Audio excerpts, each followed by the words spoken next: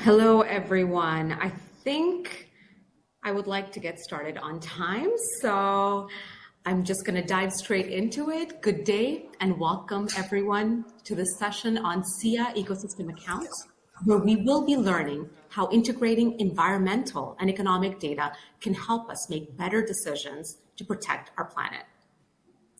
My name is Madiha Bajwa, and I'm thrilled to be your moderator for this session. We have a fantastic lineup of speakers, each with their own unique expertise and insights to share. Together, they will guide us through a journey of discovery into the world of SEEA ecosystems accounts, exploring topics such as the latest advancements in artificial intelligence, the transformative potential of Earth observations data and technologies, and how ecosystem accounting is being applied in specific national contexts. By the end of the session, we hope to gain a comprehensive understanding of the many dimensions of this topic and the challenges and opportunities it presents for decision-making and environmental sustainability. As we begin this session, it's absolutely important and crucial for us to recognize why this conversation is important now and why. In a landmark agreement in December last year at COP15, 188 countries adopted the Global Biodiversity Framework to halt and reverse biodiversity loss by conserving 30% of the world's land and 30% of the world's oceans by 2030. Measuring progress against these ambitious yet essential goals is going to need common standards, and the SEEA ecosystem accounts provides a unique opportunity. As our audience, I encourage you all to engage with us in the chat and share your thoughts as you listen to our speakers. We have also set some time aside for a Q&A session, so please leave your questions in the chat and we'll try our best to answer as many as we can. With that, let us dive straight in, and I'm going to go to our first speaker. We're going to have the pleasure of hearing from Alessandra Lanotte from the Joint Research Center of the European Commission. She will be doing the all-important job of kicking off this discussion by introducing us to SEEA ecosystem accounts. Alessandra, the floor is yours. Thank you very much. Let me first share my screen. Okay, and may I ask you confirmation that you see the presentation? We do, Alessandra. Great. Okay, so thank you very much. My name is Alessandra Lanotte, and I'm a senior consultant in the field of natural capital accounting. I have experience in assessing, valuing, and accounting for ecosystem services. And at the moment, I'm working as external expert at the Joint Research Center of the European Commission. But I'm here today to provide you with a brief introduction on the SEEA. SEEA is the acronym for System of Integrated Environmental and Economic Accounting and is led by the United Nations Statistical Division. The first time the SEEA was mentioned dates back 30 years ago, when a team of UN officers tried to address quite a huge issue that I will try to briefly describe. Whenever you want to get data and information about the wealth of your country, you will read on the news about indicators such as gross domestic product, unemployment rate, inflation. All these indicators have as an information base the system of national accounts. And the system of national accounts that overlook the role of nature in supporting economy and society. This is the gap that the SEEA tries to fill by building a satellite accounting system that is able to establish a direct dialogue with the system of national account. The fact that this initiative is led by UN is powerful because it guarantees linkages and supports to other international key initiatives, such as Sustainable Development Goals, Convention on Biological Diversity, Biodiversity Finance Initiatives, ecosystem restoration. So it is important that this information is in line with the main international initiatives. And I think that is also relevant, the fact that there is a growing interest in natural capital accounting in general, and in the SEEA in particular, in economic and financial context, like the G7, for example, and or the Coalition of Finance Ministers for Climate Action. This is important. The ecological content mainstreamed into economic context is key, because this means that environmental information is already there in the body of the information, doesn't need to be added from outside. But now the SEEA provides accounting framework, accounting formats, but this needs to be fed by data, by environmental data in several domains. When you will, if you Google the SEEA acronym, you may find that in terms of standards, there are two big blocks. The first big block is the SEEA Central Framework that deals especially with natural resources, but not only natural resources, because you will find in the SEEA Central Framework also environmental expenditure, environmental transaction, the physical accounting of emission, but let's focus on environmental resources, environmental assets. This is something like timber, water, fish, and other biological resources. This is something that is necessary, but is not sufficient. I will just provide you an example. If a regional authority decides to clear cut a forest, what you can record in the SEEA Central Framework is the fact that you have a lower extension of forest in hectares or square kilometer, and a lower quantity of a cubic meter of timber. And this is all you record, but this is not enough, because when you clear cut a forest, actually you do not have, you destroy the forest ecosystem that provides services that goes beyond the provision of timber. In fact, you would lose services such as air filtration, carbon sequestration, flood control, nature-based tourism, soil retention, water purification. I mean, it's a flow. It is a flow of services that supports human activities that won't be there anymore, and you need to account for it. This is the reason why, together with the SEEA Central Framework, also another standard was approved. In fact, the SEEA EA, where EA is the acronym for Ecosystem Accounting, has been adopted as a standard in March by the United Nations Statistical Commission in March 2021. Now, how does the SEEA EA works? You can imagine that ecosystems are quite complex systems, so there is not one single account that contains all the information that is needed. You start with extend account that provide information on the extent of the ecosystem types. Ecosystem types are woodland and forest, cropland, grassland, wetlands, and so on. But then the extent, the size is not enough. You also need to know whether the condition of ecosystems are good or bad based on a number of chemical, physical, biological, landscape characteristics.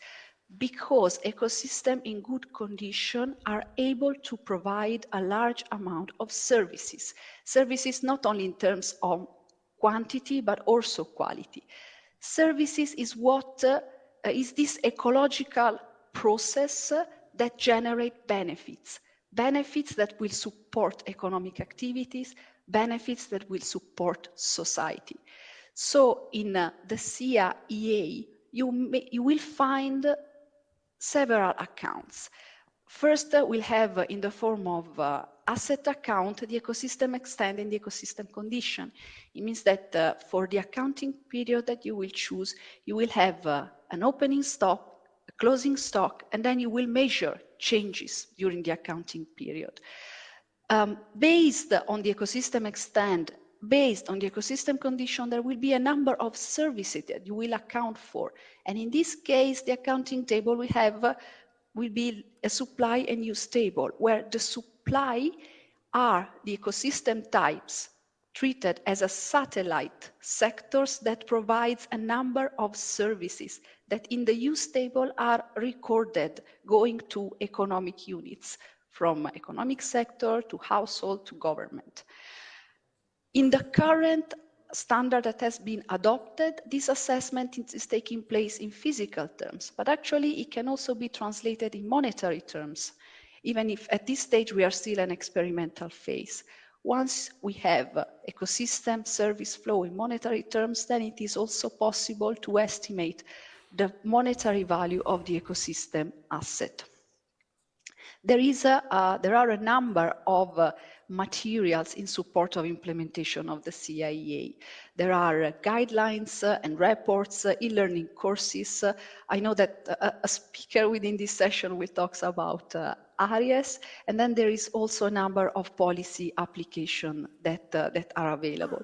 So the United Nations Statistical Division provides all the learning kit that any practitioners can make use of to learn about the SEEA and to start applying the SEEA. In fact, actually, there are quite a number of countries all around the world that are applying the SEEA Central Framework and the SEEA, even if with a different level of maturity, let's say. And I also would like to mention the fact that there is a global implementation strategy to scale up the uptake of the SEEA that is being undertaken by the United Nations Statistical Division. So please, for any question, contact the team because they are very nice and very willing to help and to support you. Thank you very much for your attention. Thank you, Alessandra, for that excellent, clear, and direct presentation. That really helped clarify a lot of the concept. And I am excited about what you said about reflecting these accounts in monetary terms. It seems to have a huge applicability and potential. And of course, also very interested in hearing what are the enablers for getting more countries to adopt the ecosystem accounts. So I guess we're going to get to that in our discussion. But thank you again. And next up, we're going to move to Fernando Villa from the Basque Center for Climate Change, who will showcase the innovative Aries tool for the SEEA Explorer. Aries is a cutting-edge tool that integrates multiple data sets and models to help decision makers better understand the complex relationships between the environment and the economy. Over to you, Fernando. Thank you, Maria. Thank you, everybody. I obviously have very little time to show you the entirety of this adventure, but I will give you a little introduction. And mostly I don't like to do slides. I prefer to do demonstrations. So I have only a couple of slides to introduce the story. And basically, the value of something like the SEEA is obviously very high, particularly if every country does it, right? So, but it hasn't been, adopting the SEEA hasn't been at the same level of ease for all countries. And I've been part of the SEEA Technical Committee for a long time. And my job has always been to be the technologist, the person who makes humans and machines talk to each other and machines to talk to other machines so that technology can actually be in service of decision-making, in service of sustainability. And in 2019, just before the SEEA final version could be released, we had a discussion at the United Nations with the statistical office of the United Nations, and we decided that it was worthwhile attempting to use technology to facilitate the use and the adoption of the SEEA standard, which means that we could not centralize, but distribute the possibility of using different data, even different methodologies, country by country, but at least provide the baseline for every country to be able to do accounts in a very, very simple way, and for every country to actually teach us how to better do accounting for their own particular situation, so that it could be integrated in the technology. And the technology would grow with time as as the methodologies evolved and the discussion with the countries evolved. So the result was the Aries for SEEA application. Aries is a platform that is generally concerned about sustainability, ecosystem services, and a lot of different data and model types. The SEEA component was an application on top of Aries that is meant to facilitate in the highest possible extent the operations that have to do with accounting while keeping the results consistent with the SEEA standard, and at the same time enabling countries to intervene and to change and to customize the methodologies as they see fit. So the launch of the application happened just one month after the launch of the official launch of the SEEA standard, and it's now available on the web. The part where you can see a link over here, the part that we really like is that governments can use this, and they do use this. We do a lot of trainings for governments, etc. But the general public can also use it. Anybody who wants to use it can use it, and they don't have to be limited to countries, but they can do accounting for all sorts of contexts, both spatially and temporally. We don't have the entirety of the SEEA topics, but we are working towards including more and more data models as the platform grows, and it's been growing since. We have more than 4,000 users at the moment, and they keep growing to the tune of about 10 per day. Very, very quickly, just to give you an introduction, what is the platform based on? It's based on, first of all, the idea of semantics. So what you do is not to tell the system how you should do things, but you tell the system what you want. Semantics means I can express my need in English, in regular words, and then the machine will find a strategy to give me the observation of that meaning, so to create for me what I need, without me having to contact people to find out data, to look for things, etc., etc. So this is based on lessons that have been learned only partially. So the idea of open linkable data is kind of out in the market already. There are technologies to do that, to link data, to make sure that data are findable, accessible, or interoperable. Linking models and linking methodologies is much more difficult. So there is a lot of research behind the areas and behind the area for SEEA that has been required to make data and models linkable and in a safe and efficient way. And all this has been powered by artificial intelligence, which is not the artificial intelligence you normally hear about. So it's not the ChatGPT kind of thing where you actually pretend that a machine acts and operates like a person, but it's actually a much smaller and a much more, energy efficient way of using artificial intelligence, which is to use the semantics to integrate very carefully curated pieces of knowledge that have been built by humans without the help of machines. So I'll just exit this, and instead of presentations, I will show you what a normal user would do the moment they want to use the application. And a normal user could be anybody like you, because this is public, so you just have to register, but it's free and there is no cost involved, and you can choose an application. The Aries for SEEA Explorer is the SEEA application. You can choose a language. You can do it in Chinese. Unfortunately, I wouldn't be able to read it, but I'm tempted to do it. I leave it in English. And when you do that, then you load the application, and it's online. It's there for you. You get a lot of disclaimers because we are still the UN, so obviously there's quite a bit of disclaimers involved. And by default, the system will put you in a context that is very close to where you are. So if you do it from China, you will find a Chinese context. Let's go somewhere else. I'm in Spain now. This betrays my location. We can go also, I don't know, France. We can choose our context. For example, we choose an administrative region, the closest that you have in your window, let's say France. And then you can choose the different SEEA accounts from here. So you can have all the extent accounts, as Alessandra was mentioning, condition accounts for forest. You choose your indicators, for example.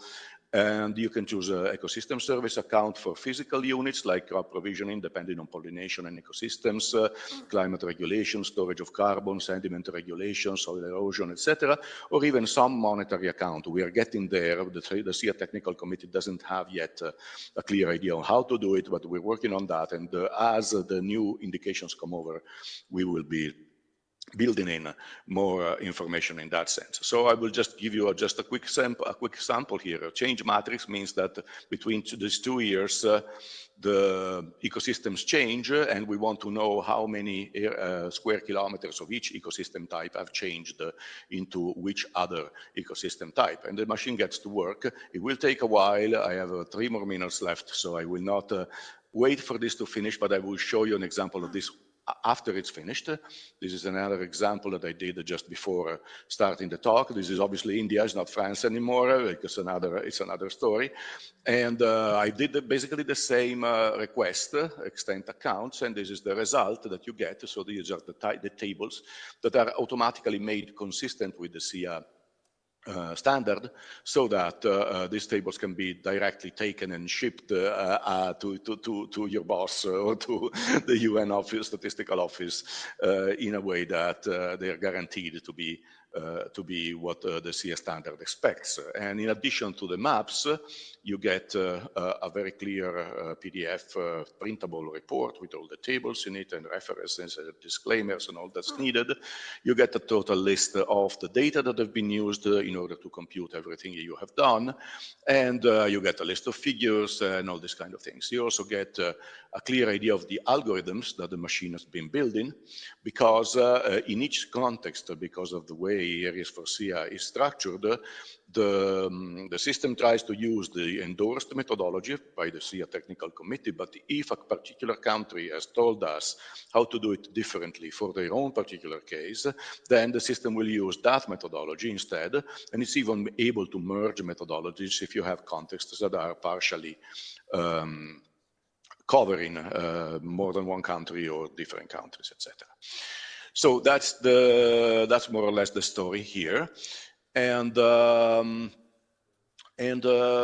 basically that is all I have the time to show you today. I hope there can be questions in terms of being able to see more information from here. The application is a bit like the internet, so it's not one software. You don't download it, you go on the web, but even on the web, it's not in one place.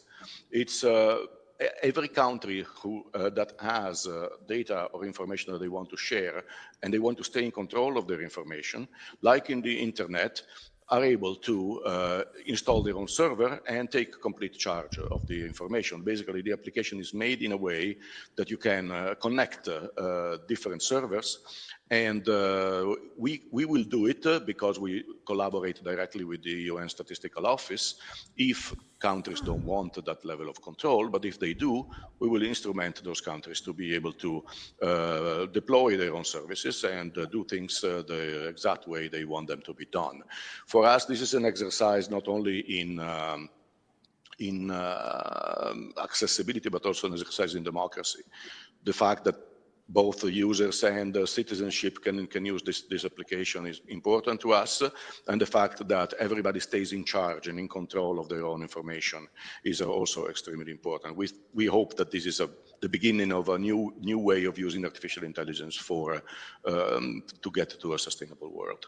And with this, I'm finished. Thank you. Thank you so much, Ferdinando, for that super interesting and very accessible presentation, can I add?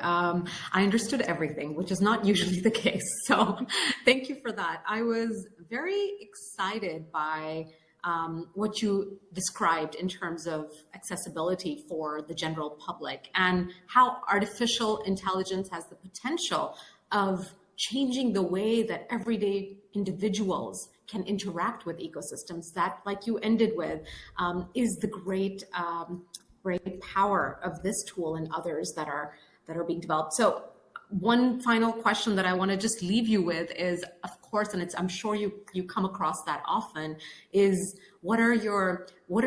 how are you tracking your use cases of the tool? But maybe we can jump into that in the Q&A session.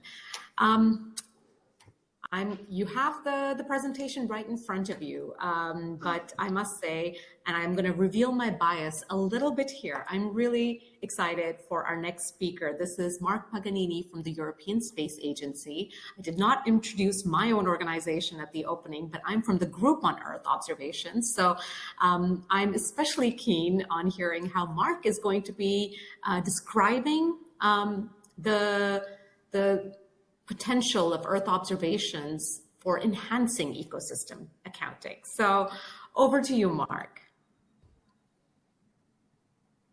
Thanks, Maria. And you can confirm that you see my presentation, huh? Absolutely. Okay. Confirmed. So my name is Mark Paganini. Thank you.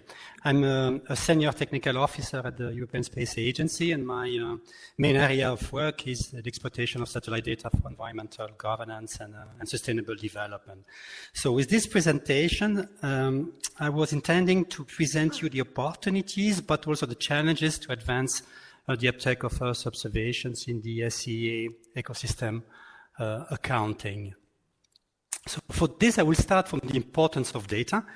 And I'm going a bit back in the past and go back to the time of the Millennium Development Goals. And one of the main lessons learned from the MDGs has been that data is at the heart of sustainable development.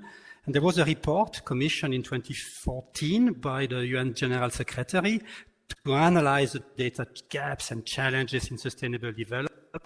And this report stressed the importance to mobilize the data revolutions. I like very much this word, but it's also recognized that new technology, including Earth observation, is changing the way data is collected, analyzed, and disseminated.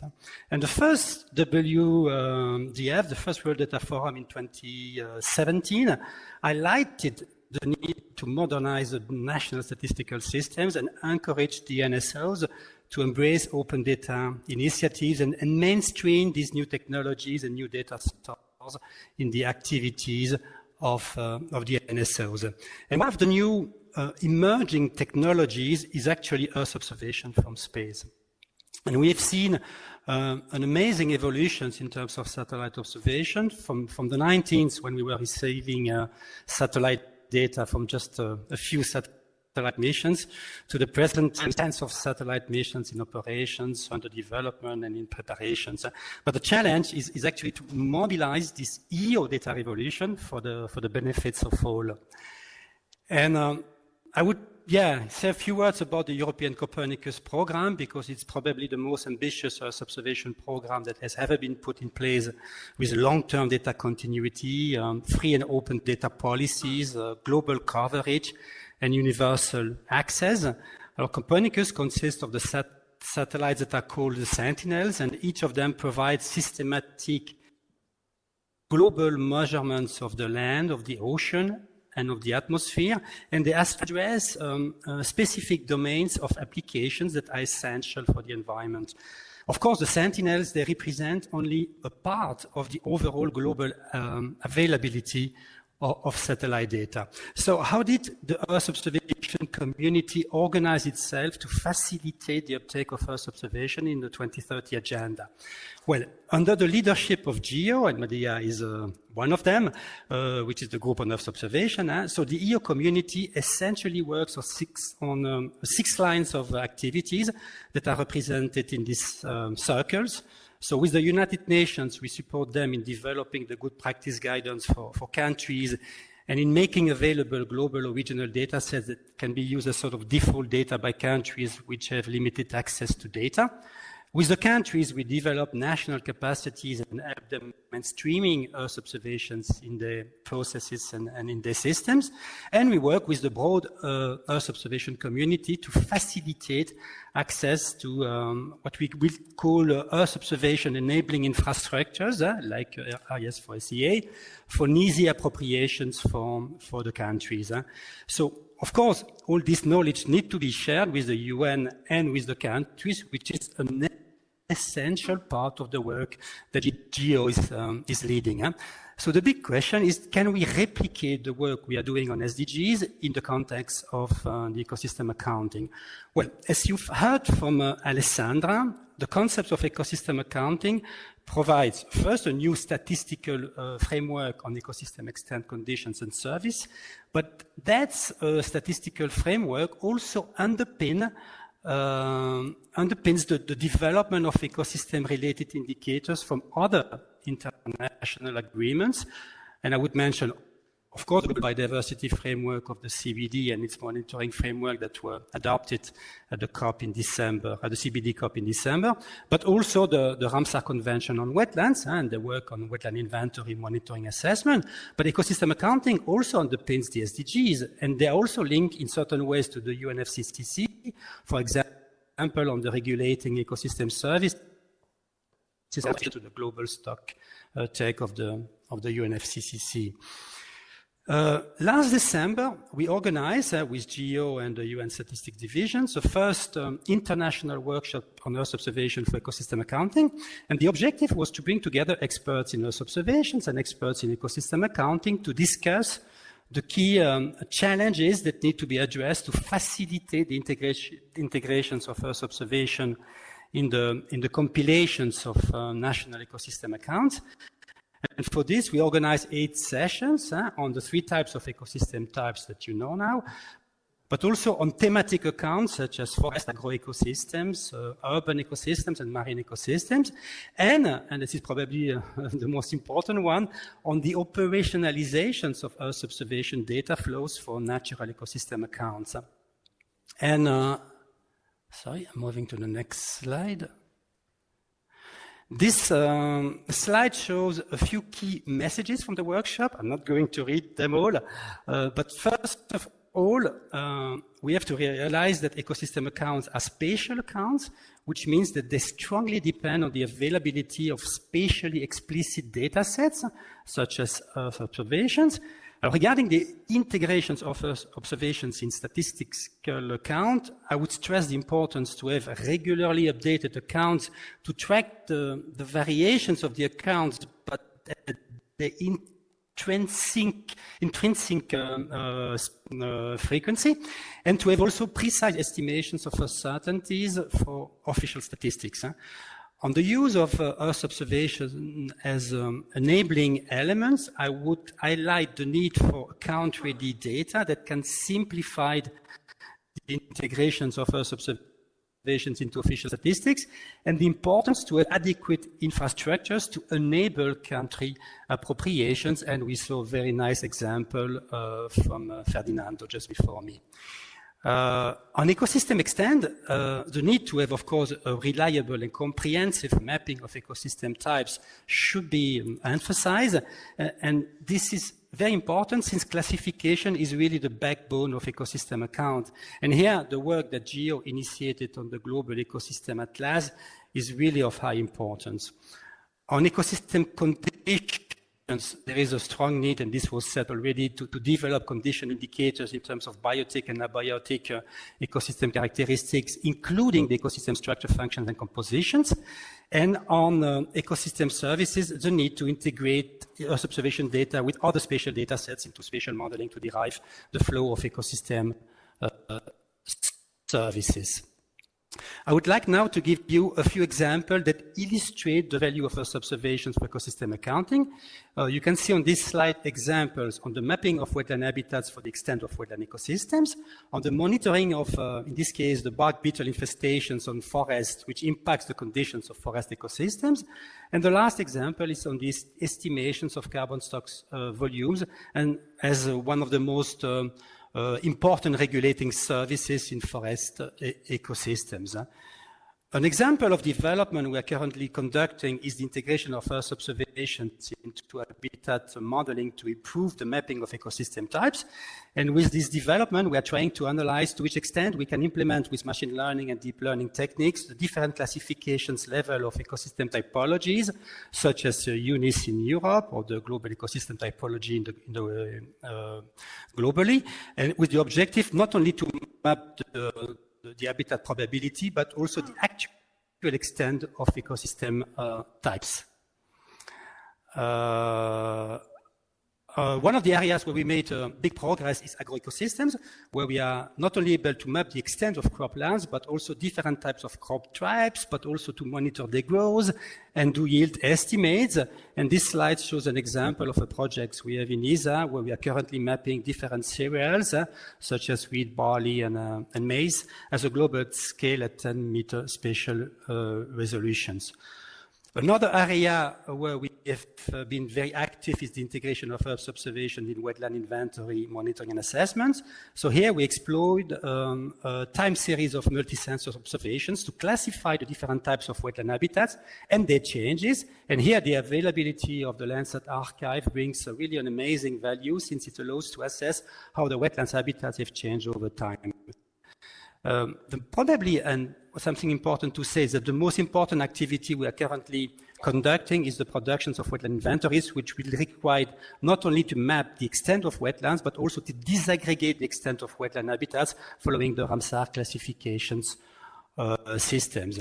My last example is the Global Mangrove Watch, which is probably one of the best success stories where international collaboration starts to pay off.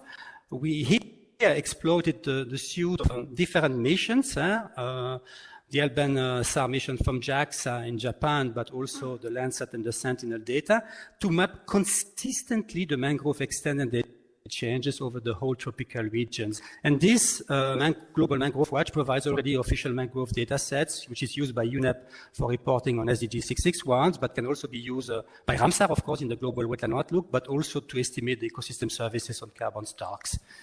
And this is my last slide.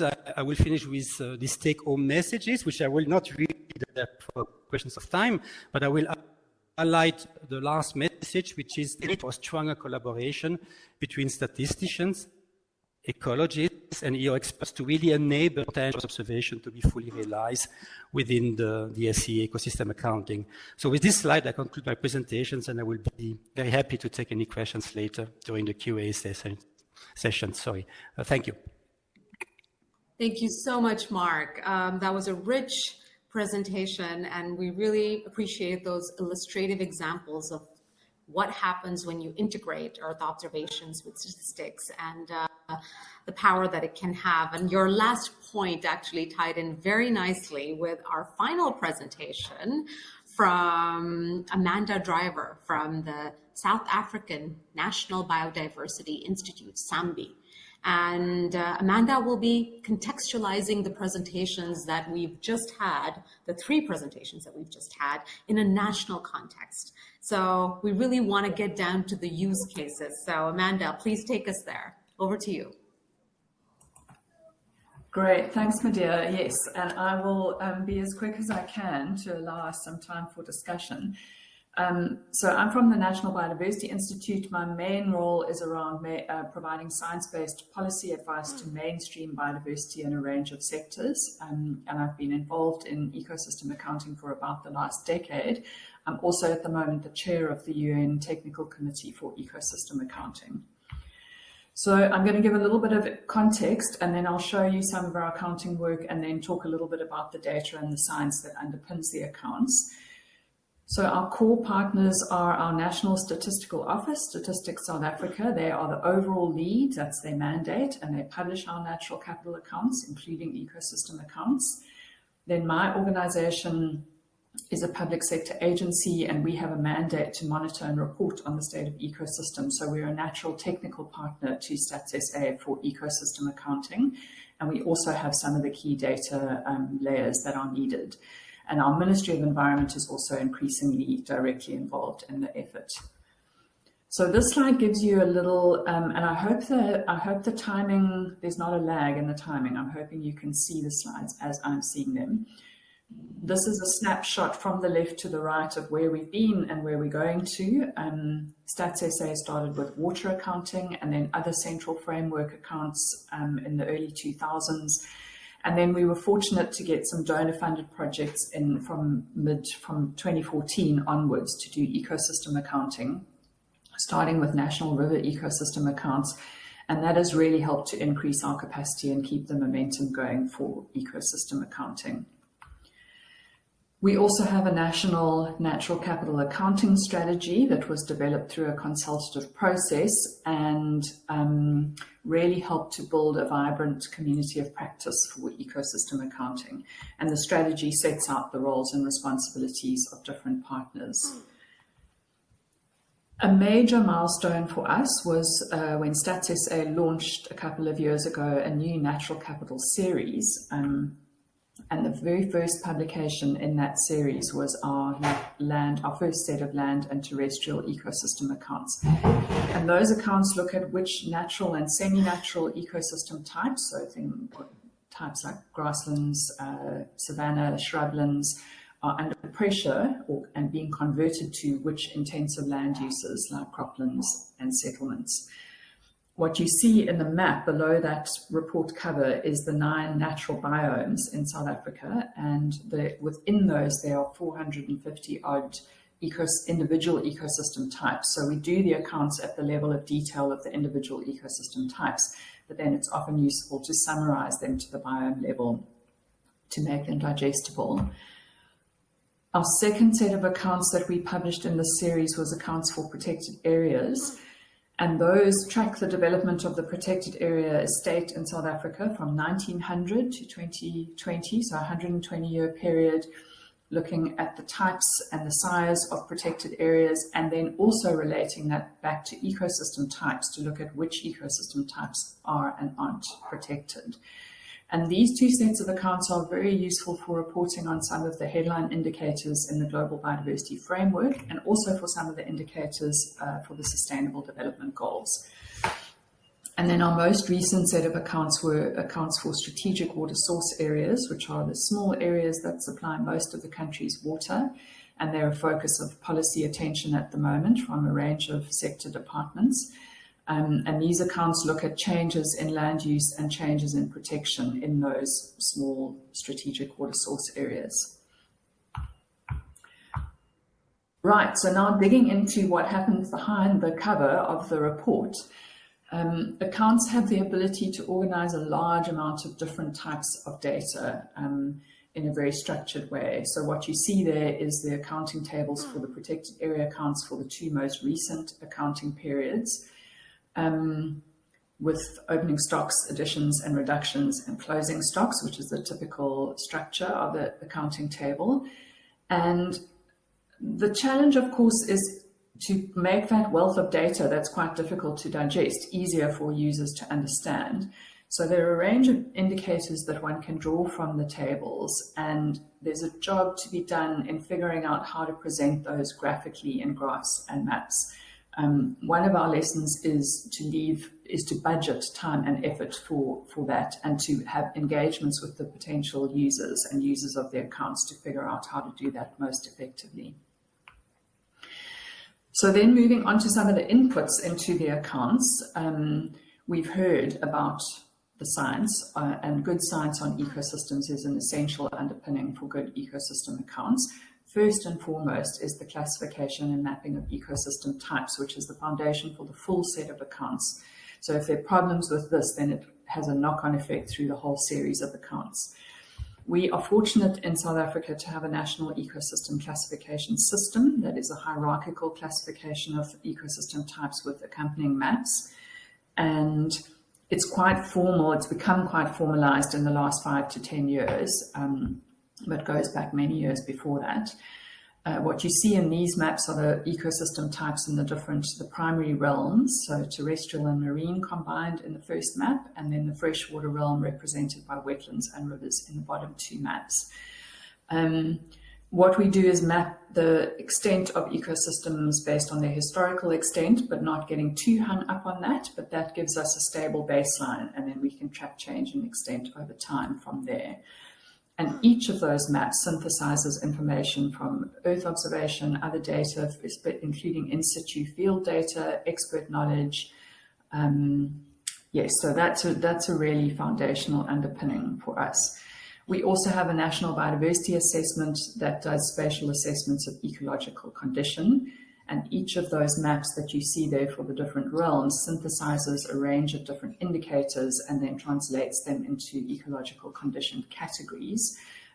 We've only done condition accounts so far for rivers, but the information the data layers behind those maps will provide us with information for our ecosystem accounts going forward, our condition accounts. So a couple of lessons on spatial data for ecosystem accounting. And the first one I've hinted at is that investing in those foundational spatial data on ecosystem really is a worthwhile effort. The ecosystem types, their extent, and their condition. And then also that nothing beats a good national spatial data layer that has the confidence and the buy-in of ecosystem scientists and ecologists in the country. And those national spatial data layers can draw on local subnational data and draw on global data sets, which they do. And then that is synthesized into an agreed national data layer that then can get pulled into accounting software. And then lastly, good enough science is usually good enough. And I think one of the things we're good at in South Africa is drawing a line around what's good enough for now. And basically it has to be good enough for the accounts or other assessments to be credible. So that's our kind of threshold.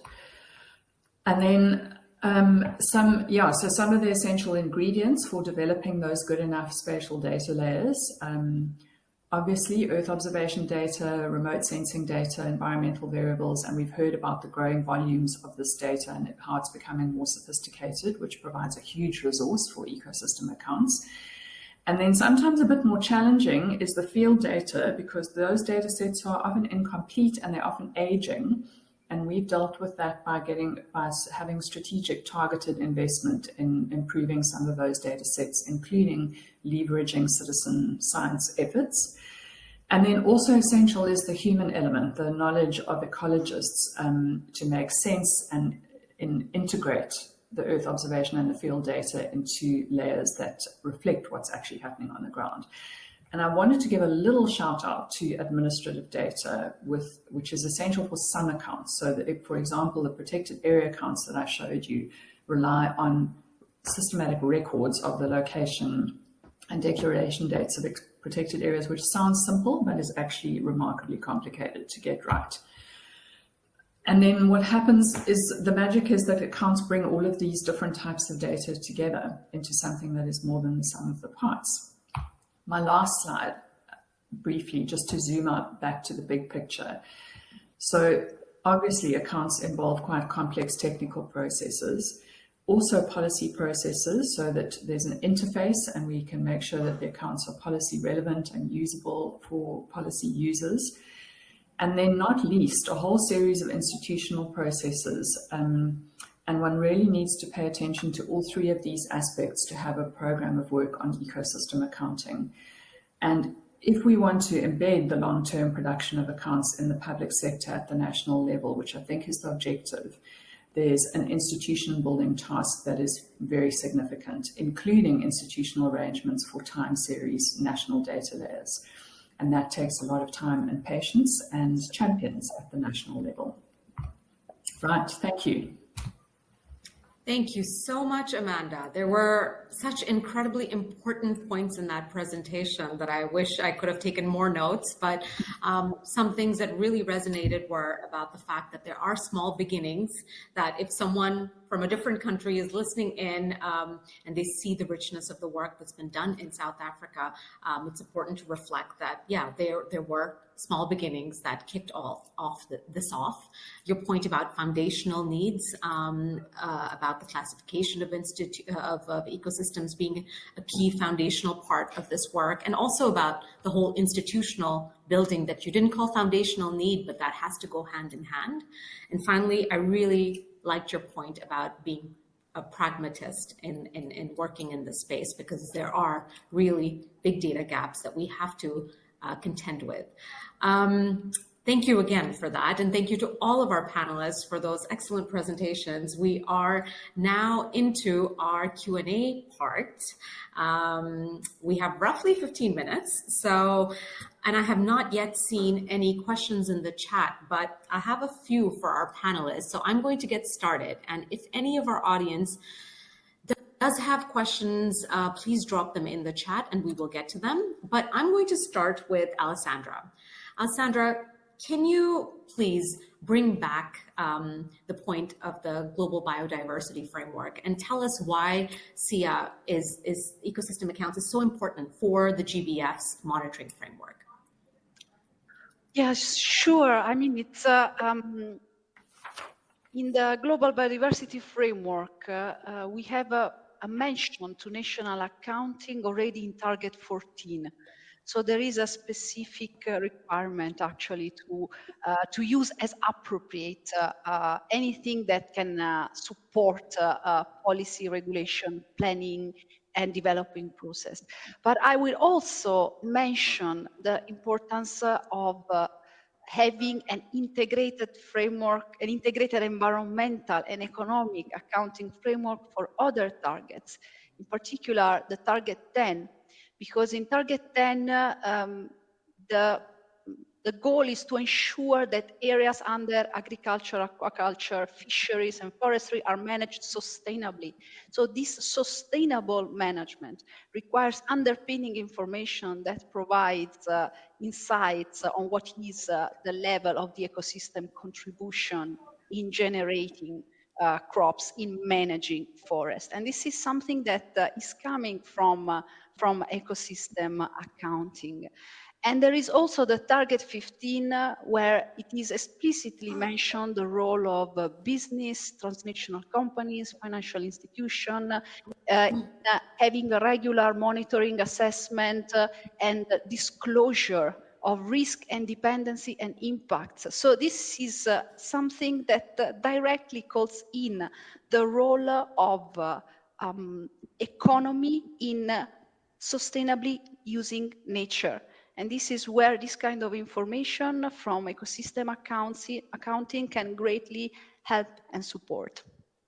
Thank you, Alessandra. And if any of the other panelists want to jump in, please do. But if not, I'm going to jump to Ferdinando. So Ferdinando, I am a Convention for Biodiversity National Focal Point.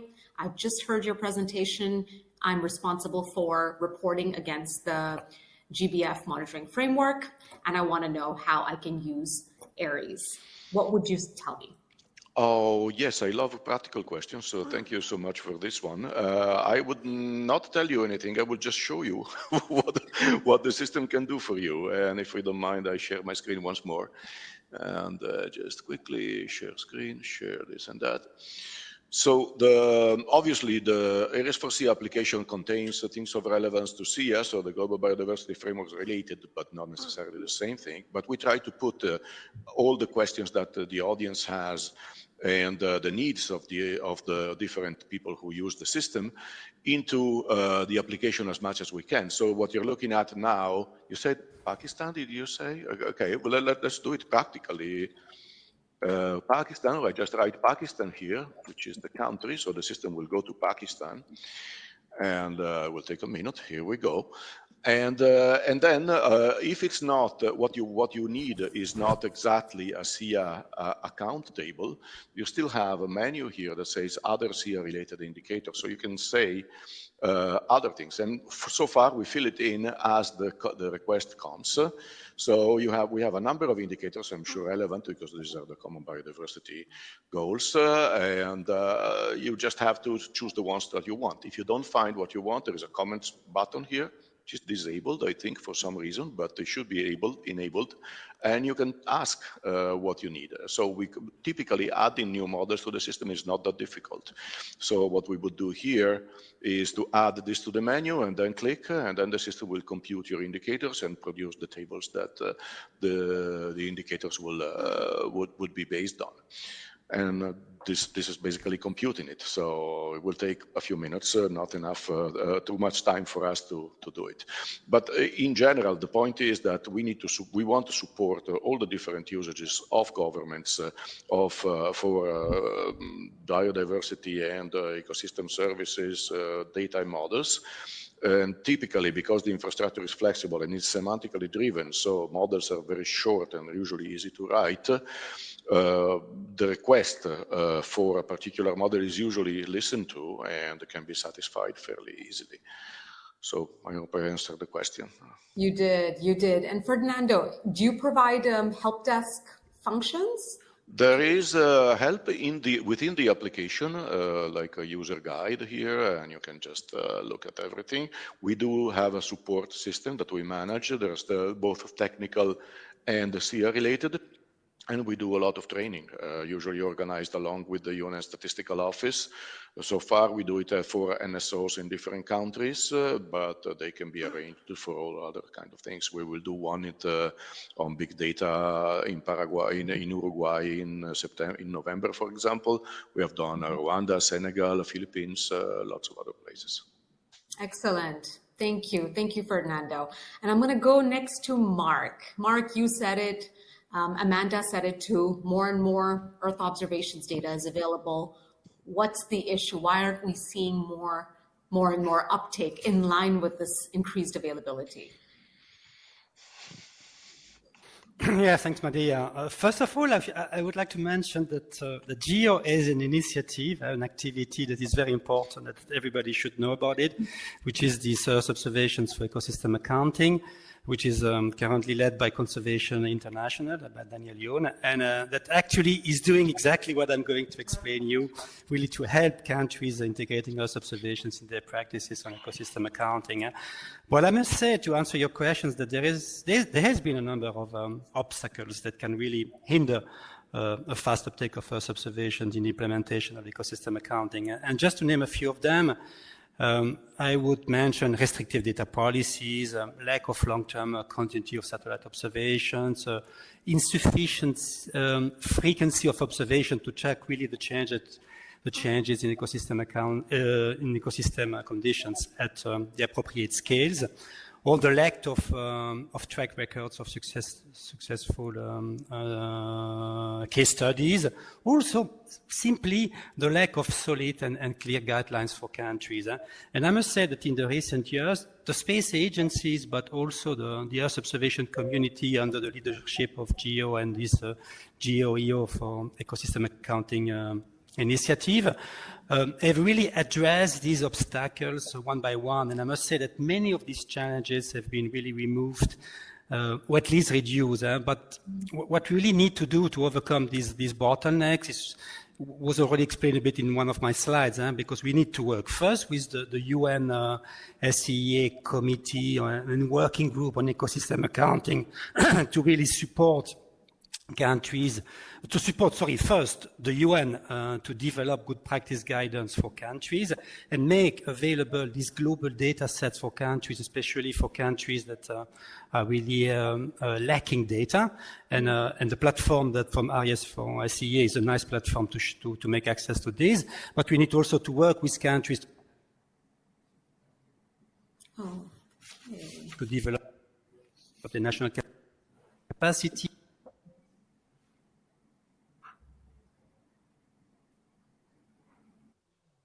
knowledge, which is really an essential part of the work of GEO. And I can give you two examples on the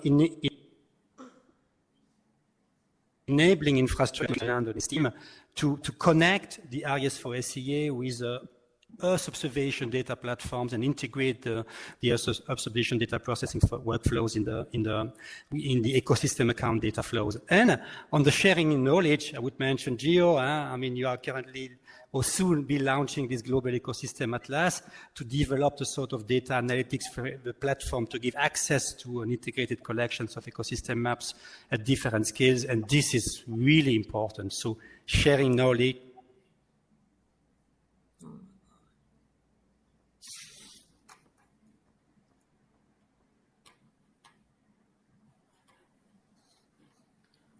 Knowledge sharing. Excellent. Thank you so much, Mark, for that great response. And I'm having a little bit of internet connectivity issues, but I hope you can hear me still. I'm going to move ahead now to Amanda. And I think, Mark, some of your responses tie in a bit with what I'm going to ask Amanda. So Amanda, you gave us the South African story. And what would you, and you touched upon this in some points, but what would you tell countries that are facing similar challenges as South Africa, but may not have the same mature institutional setting as South Africa does? How can such countries learn from the South African experience? Yeah, that is such a great question. I would say to a country who's wanting to get started, well, firstly, I would say to the person or people who are the champions who want to unlock this, the first thing to do is to identify key people that you want in your team. So if you're sitting in a national statistical office and you want to get going with ecosystem accounting, reach out to your Ministry of Environment. Find a research institution where there's some pragmatic ecosystem scientists who you can get to work with you. So don't go it alone.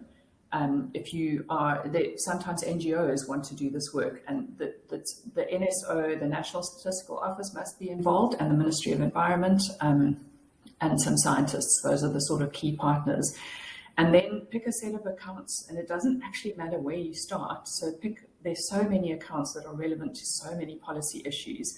Pick one that you think is going to be relatively easy. So start with the lower hanging fruit, and to kind of build your confidence. And then the institutional arrangements, it's interesting, one figures them out along the way. So it's through the process of actually getting your hands dirty that you start to build those working relationships and then put in place an institutional set of, initially can be quite informal institutional arrangements that can become more formal and structured over time. And I hope that there are some potential national champions for ecosystem accounting listening to our session. Excellent. Thank you so much, Amanda. I believe we are at time. I had one more question for you, but I think we should wrap it up here. Thank you to our audience for sticking it with us. Thank you, a big thank you to our speakers for such engaging, interesting, and informative presentations and discussions. With that, we would like to close the session. Thank you and goodbye. Thank you. Thank you. Thank you. Bye-bye.